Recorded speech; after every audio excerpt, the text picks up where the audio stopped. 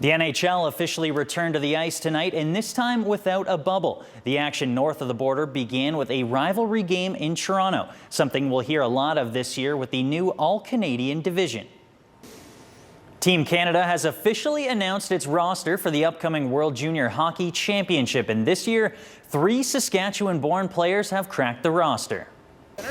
Yorkton's Caden Korzak, Saskatoon's Connor Zary, and Prince Albert's Braden Schneider will all wear the maple leaf when the tournament begins in a couple of weeks. Whether it be on the pond or in a backyard rink, hockey in its purest form doesn't have referees or painted lines or big salaries. And the players at this year's Heritage Classic were reminded of that when they hit the ice in the open air at Mosaic Stadium, including Jets captain Blake Wheeler, who has his own backyard rink for his son to create those same memories. 20 years as a university program for the Rams. The only meeting with the Huskies this season kick off tonight at 7.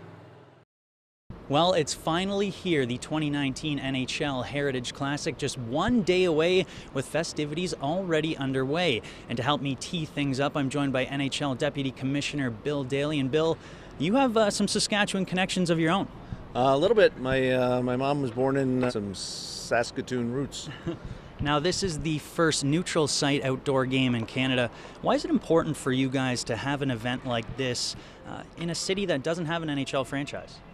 A couple more injury notes for you. Josh Mahura of the Pats and Brett Howden of the Warriors both hurt earlier this week in the Canada-Russia series. Well, Howden is out tonight for the Warriors. Mahura checks in for the Pats. Both of these teams will go at it again on Sunday in Moose Jaw. We'll have all the highlights for you of tonight's game on Global News at 10. Tonight, the Toronto Raptors had a chance to move just 1 game away from their first NBA title. Already guaranteed at least a split in Oakland. A win tonight against a banged-up Warriors team would give them a stranglehold on the series. Klay Thompson returning to the Warriors lineup despite the hamstring injury. Bad news for Golden State. The Raptors still have that guy, Kawhi Leonard, and despite both teams struggling early on, those two did not. Thompson from deep, 28 on the night, but on the ensuing possession, the claw with the answer, and he put the Raptors on his back in the opening 12. Down 13 with 45 seconds left to play in the quarter. Kawhi just took the ball and went to work inside and out, pulling the Raps within just 6 to end the quarter. It's the most talked about oblique injury in Saskatchewan, and today we got another update. Cody Fajardo was at Rider practice with the rest of his teammates, but he didn't attempt any throws. Now the Leopoldus Golden Suns here in the semis. James will have to race out here after the game. His sons, Sam and Ben, with a big playoff game over at the U of R. But the semifinals here tonight, the finals underway tomorrow. Taylor? Amid rising COVID-19 numbers and increasing restrictions, the Western Hockey League has abandoned its plan for a January 8th start. The league will chart a new course for the season in the coming weeks, and in the meantime, all teams and fans can do is be patient. Ryan Flaherty has more. On a bye week that has been anything but quiet, the Riders released Duron Carter, one of their most talented players on both sides of the ball. A move that turned some heads for a team that sits below 500 9 weeks into the season. Carter has a flair for the dramatic, leading some to believe that it was an off-the-field issue that led to his release. But on Sunday, Chris Jones wouldn't get into the details. Now, Tim Hunter has not been pleased with the officiating so far in this series, but if his team wants to push this thing to 5 games, they'll have to cash in when they do get a power play. Just 1 for 8 so far on the man advantage, while the Blades are 2 for 11. Despite the progress the sports world has made in recent years on LGBTQ issues, some members of the LGBTQ community still don't feel they can be themselves while enjoying their favorite sport. A curling league in Saskatoon is providing them with an opportunity to do just that. Ryan Flaherty reports. By the time Charleston Hughes plays another CFL game, at least a year and a half will have passed since the last time he suited up for the green and white.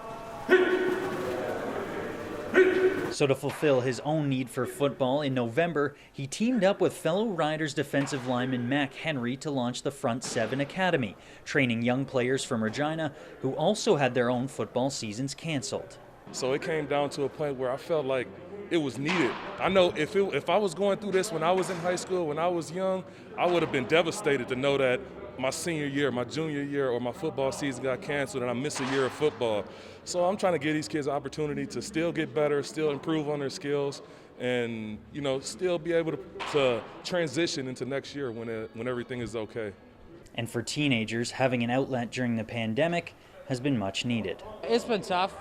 I didn't have, when we were quarantined, I got a big family. I got 3 little brothers. Mom and dad are working at home at the time. So, you love them, but eventually it gets tight, right? And to have somewhere to go out, and I'm playing with a few of my teammates here, and it's just a great experience to get out and have fun and still learn.